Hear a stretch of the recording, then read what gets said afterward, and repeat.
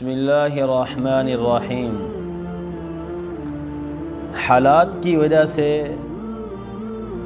یا پھر خوراک کی وجہ سے بہت سے لوگ دل کی بیماریوں کے اندر مبتلا ہیں اور بہت سے لوگ بلڈ پریشر کی بیماریوں کے اندر مبتلا ہیں، اور یہ ایسی بیماری ہے کہ انسان کی طبیعت ایک دم خراب ہو جاتی ہے اور بہت زیادہ پریشانی لاحق ہوتی ہے، اور بہت زیادہ جو ہے وہ انسان جو ہے وہ نڈھال ہو جاتا ہے اور بہت زیادہ جو ہے وہ پریشانی اس انسان کو آ جاتی ہے۔ تو ان حضرات کے لیے ایک بہترین نایاب انمول قسم کا وظیفہ ہے، مختصر وظیفہ ہے، اور بہت زیادہ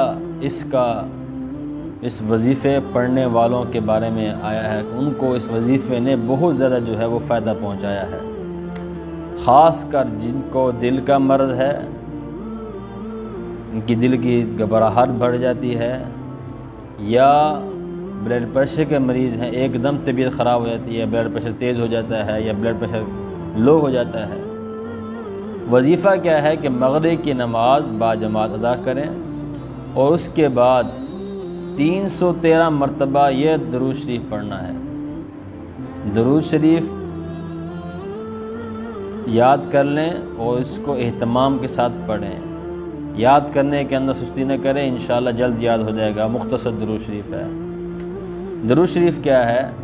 اللہم صلی علی محمد النبی الامی الظاہر الزکی صلاۃ تحل بها العقد تفک بها الکرب۔ مختصر درود شریف ہے۔